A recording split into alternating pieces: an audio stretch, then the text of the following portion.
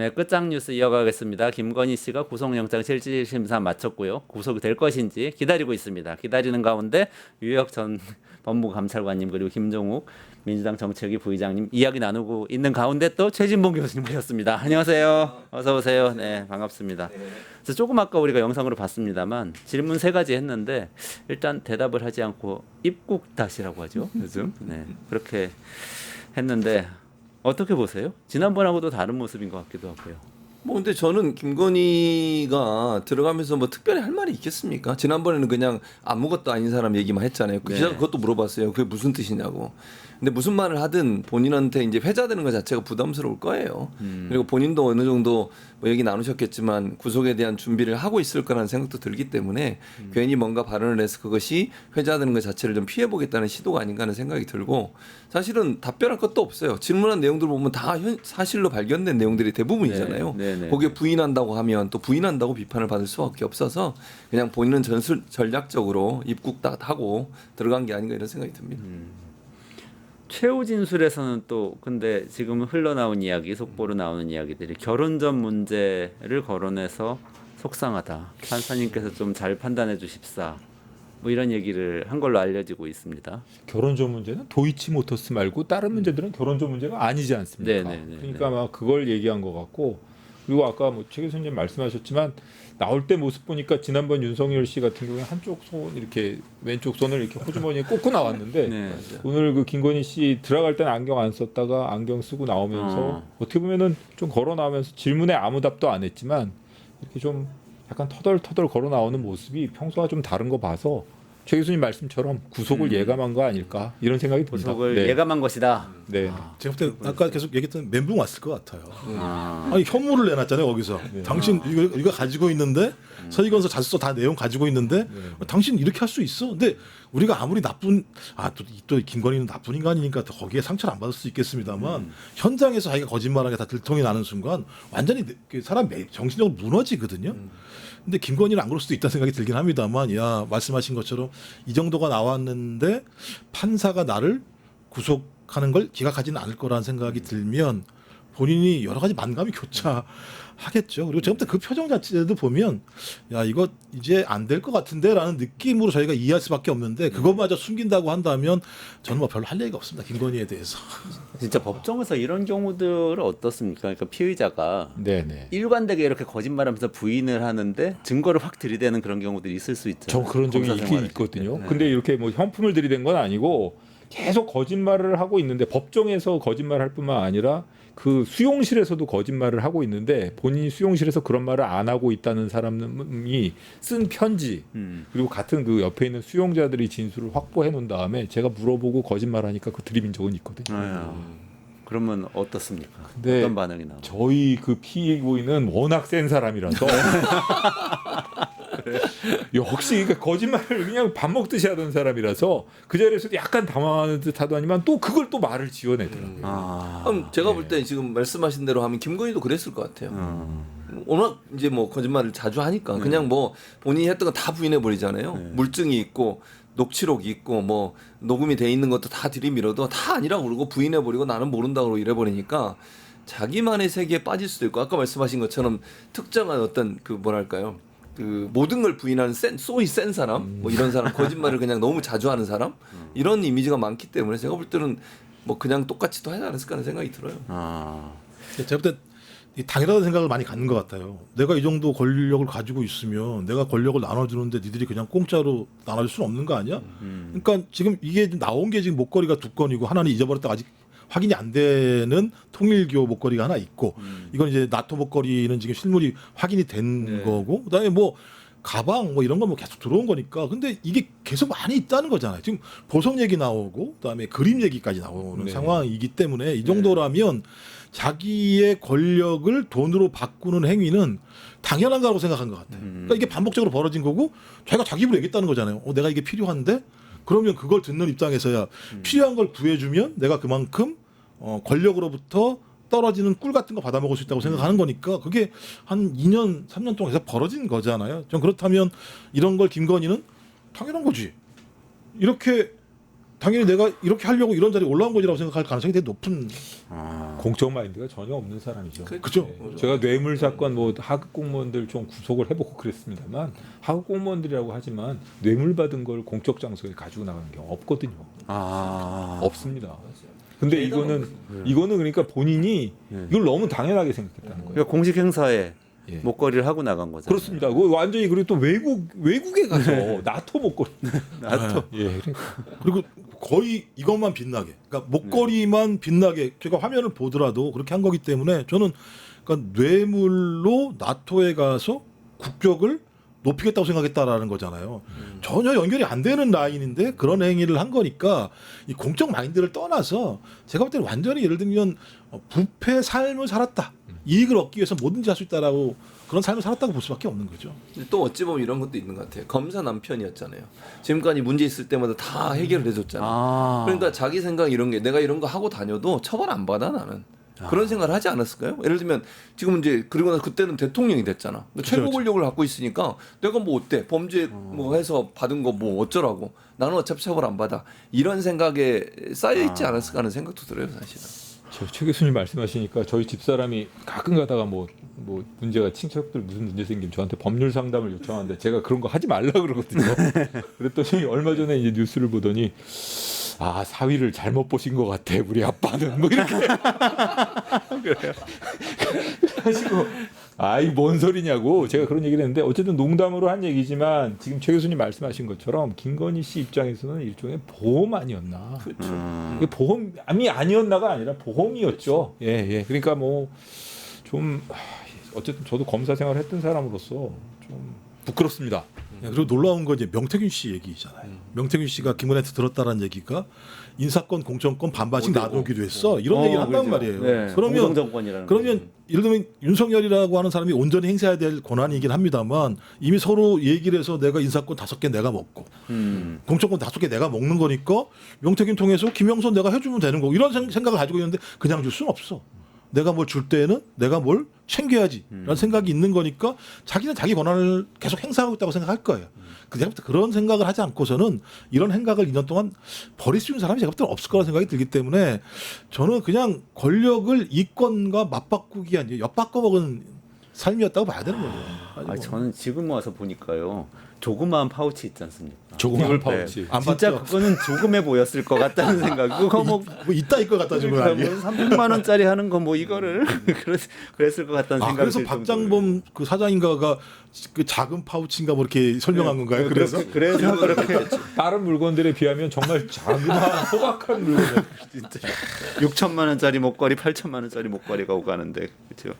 근데 오늘 또 반박 시간이 있었는데요. 영장실질심사에서. 근데 또 유독 짧았다는 얘기가 흘러나오고 있습니다. 1시간 남짓밖에 되지 않았다고 그래서 이게 자포자기한 건지 아니면은 정말 생각하시는 것처럼 너무 자신이 있어서 이 정도가 어떻게 죄가 되냐. 이래서 그런 것인지. 제가 뭐 두 분 더 훨씬 자세히 말씀하시겠지만 저는 간단히 말씀드리자면 제가 변호인이라면 정말 선처를 바랍니다. 한마디 하고 끝냈을 것 같습니다.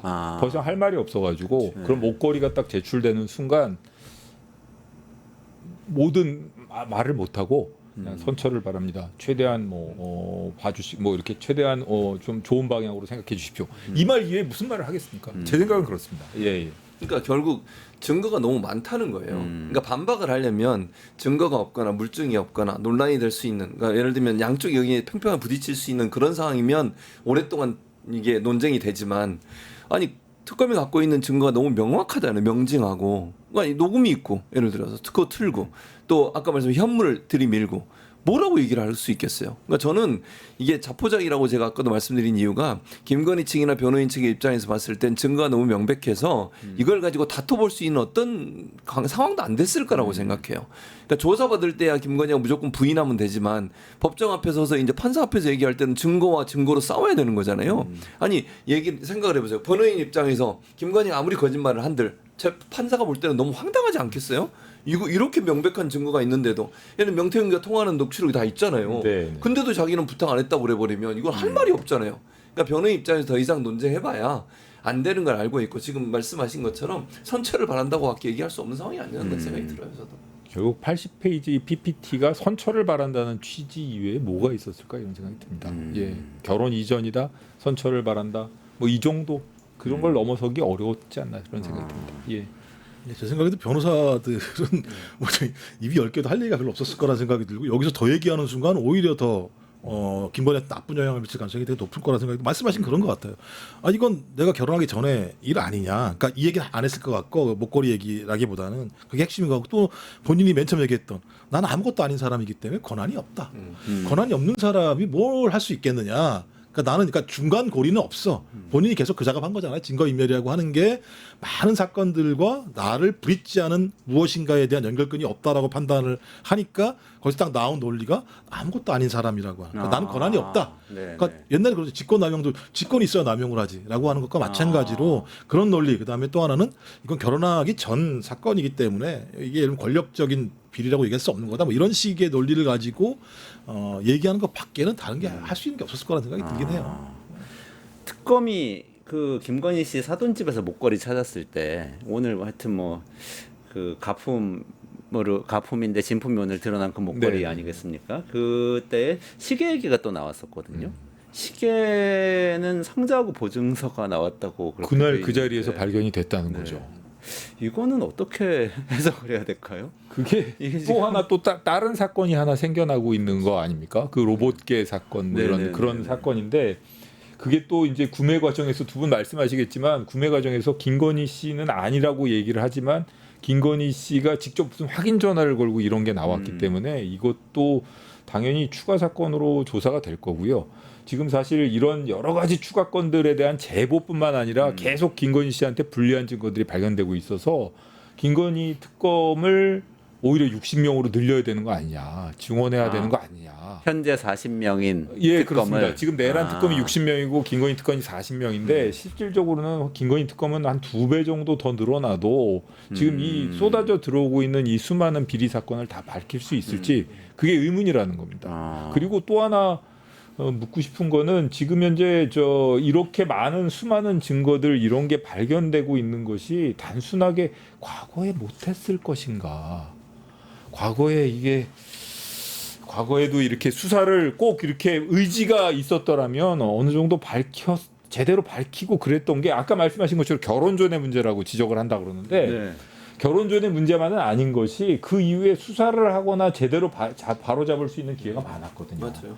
많았는데도 불구하고 그거를 제대로 바로잡지 못한 거는 결혼 이후 윤석열 총장 시절의 일이거든요. 그런 걸 생각하면 단순하게 이 사건을 결혼 전의 일로 치부할 수는 없는 것 같습니다. 그러니까 이 유튜버라는 사람 이거 이제 사서 준 사람 있잖아요. 네. 이 사람이 로봇계를 수입해서 장사를 하는 사람이에요. 본인이 시계를 만드는 사서 줬다는 사람. 그러니까 지금 시계는 못 찾았지만 예, 상자와 상자와 보증서를 보증서 있는 준 걸로 추정되는 그렇죠. 사람이죠. 그 사람이 네. 자기가 이제 로봇계를 수입해서 판매하는 사람인데 경호처에서 이거를 그 경호의 무슨 고도와 뭐 이러면서 이 로봇계를 활용하겠다는 발표를 했고 네. 그 당시에 초기에는 얼마 안 들어갔어요. 뭐 1,800만 원인가 아마 그 정도 들어간 네. 것 같은데 나중에 장기적으로 한 8억 정도의 예산을 가지고 하려고 했던 거잖아요. 근데 결국 그게 그 당시에 논란이 됐었어요. 뭐 문제가 있다, 비리가 있다 이래가지고 중단이 됐어요. 그러니까 그때도 사실 의혹이 제기가 됐었는데 그때는 묻힌 거예요. 왜냐면 윤석열은 대통령이었으니까 당시에는. 그때 당시에도 이게 논란이 많이 돼가지고 왜 경호처가 갑자기 로봇계를 왜 하냐, 누가 한 거냐, 뭐 이런 얘기가 있으면서 논란이 되다 보니까 안 하고 그냥 끝내버렸는데 묻혀버리고 중단이 됐는데 나중에 이제 발각이 된 거. 지금 이제 그게 나중에 지금 드러나게 되는 건데 뭐 뉴스 언론의 보도를 보면. 이 서모 씨가 만났다는 거 아니에요, 김건희를? 만나면서 본인이 차고 간 시계가 있었는데 뭐 이제 김건희가 넌지시 그런 거죠. 그거 참 시계 좋아 보이는데요? 이거잖아요. 네, 그거죠. 뭐예요? 하나 달라는 거 아니에요? 달라는 보통 벗어 당황하셨어 지금. 아니 그러니까 남자식이어서 그래가지고 자기가 무슨 그게 스위스에서 만든 시계인데 그 회사의 VIP라고 자기가 얘기하면서 일부 언론에서 이런 것까지 나와 이 말까지 이건 사실인지 모르겠어요. 영부인 디스카운트 받았다고 그래요. 그래서 싸게 샀어요. 2천만 원인가. 그래서 아무튼 할인을 받아서 구매를 했고 그걸 이제 김건희한테 전달한 걸로 지금 조사 결과 나오고 있는 건데 물론 확정적으로 확정된 건 아니지만 그러면 이 로봇계의 경호처에서 로봇계를 받아들이려고 요렇게 했던 영상에 것과 나가고 있네요. 네, 저 영상에서 네. 저것과 이 뇌물과 그러니까 이 시계는 뇌물성으로 줬다고 하는 연관성이 지금 확보되는 거잖아요. 물론 수사는 더 해봐야 네, 됩니다. 네, 네. 근데 이게 그냥 우연이 아닌 게 그 사람이 그 시계를 주고 로봇기를 수입한 사람이 경호처하고 계약을 맺고 로봇기를 납품하려고 했다고 하는 이 상황까지 갔다고 하면 이건 우연이라고 보기 어렵잖아요. 너무 황당한 일이잖아요. 절대 우연은 아닌 것 같습니다. 그러니까요. 예, 절대 우연은 아닌 것 같습니다. 우연이기 굉장히 어렵죠 사실. 우연이기가 더 어려운 그런 상황인데. 그러니까 VIP 할인이란 게 다 있나 보죠, 근데 제가 갑자기 궁금해지는데. 예, 그러니까 이게 받아본 적이 없는데. 5,400만 원짜리를 3,500만 원 그러니까 한 1,500만 원 정도인가를 디스카운트를 한 건데 자기가 이쪽을 잘 알아서 VIP 디스카운트 받을 수 있다고 얘기를 해서 그러니까 자기 말은 그런 거예요. 구매 대행을 했다라는 식으로 그렇게 얘기를 주장을 해요. 해요. 자기 주장. 그러니까 저 시계 좋은데요. 어디서 그러니까 뭐 필요하신 제가 뭐 할인할 수 있는데 사드릴까요? 그랬더니 그래요. 그럼 자기가 구매 대행을 했다는 건데 그럼 왜 이걸 자기가 구매 대행을 하지? 좀 이해가 안 되는 거잖아요. 네. 오히려 그냥 이렇게 있으니까 누구를 통해서 제가 소개해주고 가서 사면 싸게 살 수 있습니다 하면 되는 건데 본인이 갔다는 거에다가 또 하나는 돈을 일부 김건희 씨 측은 줬다라는 거예요. 일부는. 나머지 돈은 어디로 간 거지? 3,500 정도의 돈이면 1,000만 원 얘기 나오는 것 같더라. 1,000만 원 정도 준 것 같다라고 얘기하는데 나머지 2,500만 원은 누가 그걸 한 거지?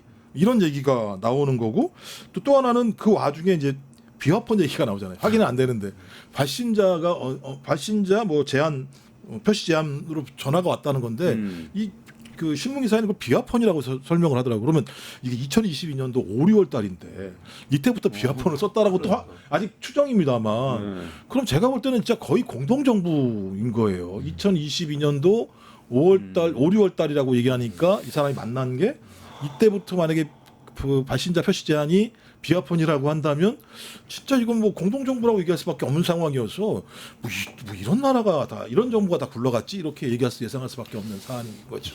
뭐 말씀하신 이런 상황이면 충분히 뇌물죄로 구성이 가능할 것 같고요. 이게 뭐 그리고 그런 여러 가지 변명을 하고 있지만 지금 여태까지 변명들이 다 거짓으로 밝혀지고 있는 이런 상황에 비춰보면 저 말도 뭐 사전에 공모든 뭐든 간에 이렇게 둘러대고 있는 말일 가능성이 뭐 아주 높죠. 그리고 이것도 추징해야 될 겁니다 아마. 본인이 추징. 이걸 찾아내지 못한다면 뭐 이것도 계속 오르고 있지 않을까 뭐 이런 생각이 드는데요. 이건 뭐 아까 그 왜 그 목걸이도 오른다고 하지 않았습니까? 네. 그 현물을 찾아내지 못하면 가액을 추징해야 되니까 이것도 뭐 계속 가격이 오르고 있다면 가액을 추징하면 될 것 같습니다. 네, 그 할인해 준 건 관계 없습니다. 원 가격대로 해주면 됩니다. 원 가격대로요? 원 가격대로 추징하는 겁니다. 아. 네. 뭐 이게 판례가 나오진 않겠죠. 뭐 VIP 할인을 받았으므로 그 가격을 추징해야 되는지 아니면 원래 가격을 추징해야 되는지 뭐 이런. 네. 여러 가지 고민을 해야 되는군요. 이게 바쉐론 콘스탄틴 시계라고 하고 2022년 9월에 윤 대통령 집에서 김건희 씨에게 전달했다라는 취지의 진술을 특검이 확보했다는 보도가 지금 나오고 있는 거거든요. 근데 이게 바로 살 수가 없나 봐요. 원래 이때 얘기했는데 9월 달에 그러니까 5, 6월 달에 얘기했는데 9월 달에 나온 거니까 요청을 해서 그 시계가 오는 과정이 있었던 거니까 이게 뭐 웬만한 시계가 아닌 거죠. 우리 그냥 가서 시계 싼 거면 돈 주면 주잖아요, 그냥. 그러니까요. 근데 이건 저도 바로 샀습니다. VIP 할인 받으셨어요? 저는 VIP 할인 VIP 아니십니까? 저는 이 재구매 할인은 받았습니다. 요 전 모델하고 그래서 15,000원 할인 받으신 거 아니에요? 15,000원 아니고 아니, 이게 지금 달리기 시계가 되는 거예요. 2천만 원씩 할인 받으셔야 되는데 VIP 2천만 원 할인하면 제가 많이 받아야 되는데 거의 2천만 원 받아야 되는데. 근데 이런 세계는요, 이거 좀 여담입니다만 이런 세계가 있긴 있나 보죠. 그러니까 5천만 원짜리, 6천만 원짜리 시계 목걸이를 사고 파는데 1,000만 원, 1,500만 원 할인해 드릴게요라고 영업을 하고. 우리는 뭐 한 번도 저희가 볼 때는 우리 셋은 그런 경험이 없어서 VIP면 엄청나게 고가의 물건을 살 때 뭐 그런 게 있는지 모르겠지만 그러니까 예를 들면 뭐 정말 그들만의 이너서클이잖아요. 그거 사는 사람들이 뭐 얼마나 돈이 많겠어요. 그럼 5천만 원짜리 시계를 살 정도면 엄청난 부자들인데 이 사람들 안에서는 그렇게 이루어지는지 모르겠지만 그것도 좀 의문이긴 해요. 아무리 VIP 할인을 하더라도 그렇게 많이 깎아줄 수 있을까? 명품인데. 저도 잘 모르겠어요. 그러니까 좀 이해는 1,500만 원을 안 돼요, 그것도. 깎는다는 그러니까 이게 본사까지 올라갔다는 얘기가 있는 거잖아요, 지금. 이 깎아줄 때에는 본사까지 올라가는 상황이 있으니까 아마 여러 가지 예를 들어 거기에 룰이 있는데 만약 룰이 없다고 얘기한다면 조사 수사를 해봐야 되는 거죠. 이게 어떤 뭔가 있는 건지 확인을 해봐야 되는 거죠. 이것도. 원가는 얼마란 얘기입니까? 1,500만 원 깎아줄 5천만 원 정도. 얼마인데 예를 들면 근데 이게 저는 의심스러운 게 아까 김종욱 교수 얘기했잖아요. 기본적으로 이게 뭐 김건희한테 얼마를 받았다 예, 이런 예. 얘기를 하잖아. 예. 그걸 혹시나 뭐가 숨기려고 그러는 게 아닌가 하는 생각도 들어.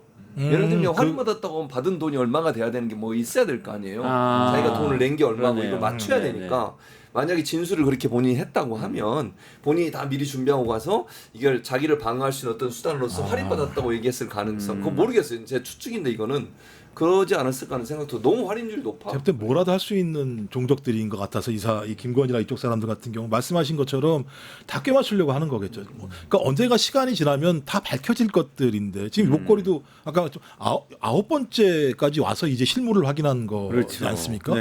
근데 이것도 마찬가지 말씀하신 것처럼 야 이거 어떻게 처리하지? 어차피 돈이 왔다 갔다 했었고 이런 거 있으니까 그걸 서로 꿰 맞추려고 서씨라는 사람이니까요. 서씨라는 사람과 서로 또 얘기가 될 수 있었겠죠. 뭐 유경옥 이런 사람들 통해서 조율할 수 있었겠죠. 그럼 제가 볼 때 이것도 거짓말일 가능성들이 꽤 높겠죠. 그리고 자기 돈 내고 시계를 샀을까?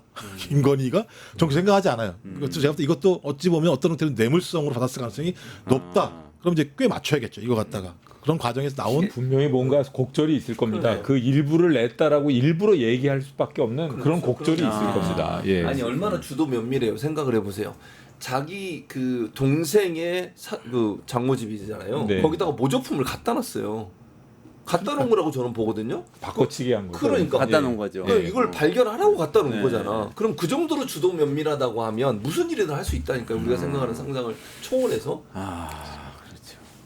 아니 저는 나토 목걸이 있지 않습니까? 반클리프 아르펠 그 6천만 원인데 8천만 원이 이제 됐다는 그 목걸이를 나토에 하고 갔잖아요.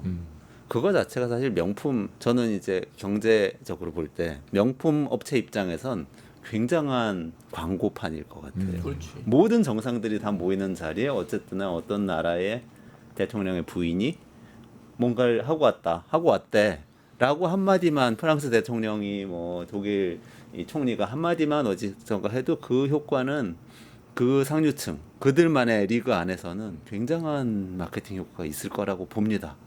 그런 걸 노리고 일부러 그렇게 행동을 한 게 아닌가. 그 세계를 그런 걸 잘 노리고 할인을 몰라서. 해주고 그런 거 아닌가 그런 생각도 좀 드는데요. 마지막으로 좀 오늘 그래도 영장 실질 심사가 주제니까요.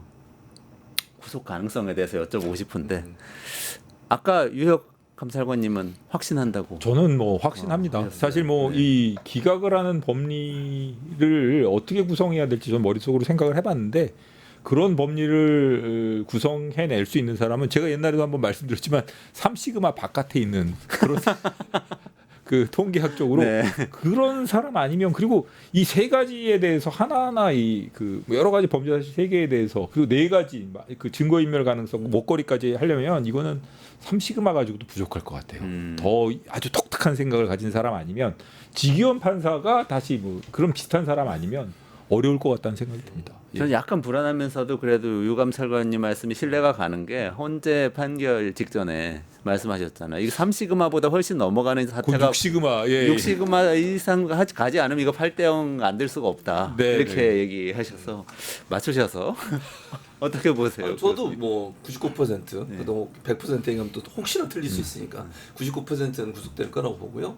뭐 범죄의 상당성은 여러 가지 증거로 이미 우리가 다 언론의 보도를 통해 확인이 됐기 때문에 그걸 부인하기는 어렵고 그리고 범죄가 상당히 위중하잖아요. 네. 그리고 이제 범죄가 상당히 소명이 많이 됐다고 하는 부분 첫째. 그러면 이제 자동적으로 또 도망갈 수 있던 위험도 되는 거 아니에요. 물론 뭐 그 사람이 도망가겠냐 이런 얘기도 있지만 범죄가 무거우면 무거울수록 도망 가능성도 있는 거죠. 그다음 두 번째는 거짓말을 계속 하잖아요. 부인하고. 이건 증거인멸의 증거죠. 그 부인한다는 건 나오면 증거인멸하겠다는 의지 아니겠어요?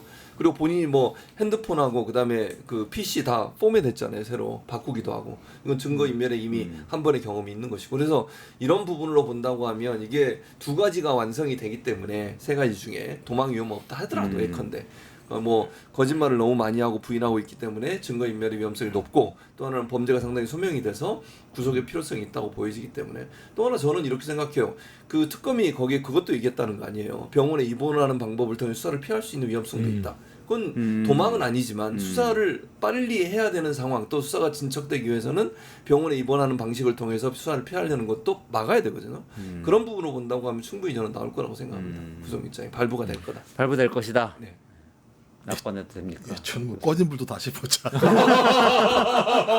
맞습니다. 예, 그래서 그러니까 이상민도 구속하고 이종호도 구속하고 이제 이 판사 영상 판사가 그 판사가 정확히 그런 것 같은데 저는 이제 아까도 얘기했지만 이거 별건 수사했다라는 근거로 또는 부부를 어떻게 동시에 구속하냐라는 근거로 그러니까 그러지 않을 거라고 저는 계속 제 머릿속으로는 야 그러지 않을 거야 당연히 구속될 거야라고 얘기하는데 많은 국민들은 그럼에도 불구하고 한tum 사법부에 대한 신뢰가 많이 무너진 측면들이 있고 또 여전히 내란이라고 하는 것이 완전히 진압되지 않은 상황이어서 내란이 진압되지 않았다고 하는 건 그 내란범으로부터 내가 형을 어떤 유죄를 받을 수 있는 사람 같은 경우는 생존을 위한 여러 가지 그러니까 극단적인 행위를 할 거라는 생각이 들거든요. 그래서 자, 끝까지 국민 여러분들 꺼진 불도 다시 보는 심정으로 오늘 잠을 못 자. 그래서 제가 저런 집안을 짬을 못 자게 만드시는 마지막 분사가. 아니 뭐 그렇진 아니더라도 저는 뭐 생각을 합니다만. 네네. 아니 그래도 민주주의는 한판의 승부가 아니라서 뭐 왔다 갔다 하면서 균형을 찾으면서 계속 발전해 나가는 것이기는 하지만 그래도 오늘만큼은 그 이기는 승부가 있는 그런 하루였으면 네, 오늘 이겨야죠. 반드시 이겨야죠. 그래도 긴장을 늦추지 않으면서 끝까지 한번 지켜보면서 우리 민주주의가 조금이라도 발전하는 날이 되도록 기원을 하면서 오늘 끝장 뉴스는 여기까지 진행을 해야 될 것 같습니다. 이거 영장 발부될 때까지 계속 할 수도 있긴 있는데 네네. 바쁘시죠? 이 정도에서 마무리하고 영장 발부 소식은 우리 또 속보로 계속 전해드리도록 하겠습니다. 최진봉 교수님, 유혁 전 감찰관님, 우리 김종욱 부의장님 하고 같이 이야기 나눴습니다. 그리고 끝내주는 경제 내일 오후 5시 50분에 진행하고요. 그리고 4시 50분에 끝장 뉴스 있으니까 라이브로 이 채널에서 똑같이 봐주시고요. 여기서 인사드리겠습니다. 고맙습니다. 네, 고맙습니다.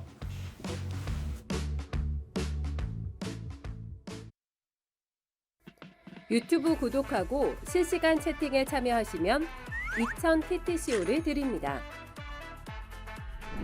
참여 방법은 통통물 어플을 다운로드 하신 다음 회원가입과 로그인을 해주세요. 마이페이지에서 나의 회원 고유번호 코드를 복사해주세요. 유튜브 라이브 실시간 채팅창에 복사한 코드를 한 번만 입력하면 준비 끝! 이제 채팅에 참여하시면 TTCO를 드립니다. 지금 참여하세요.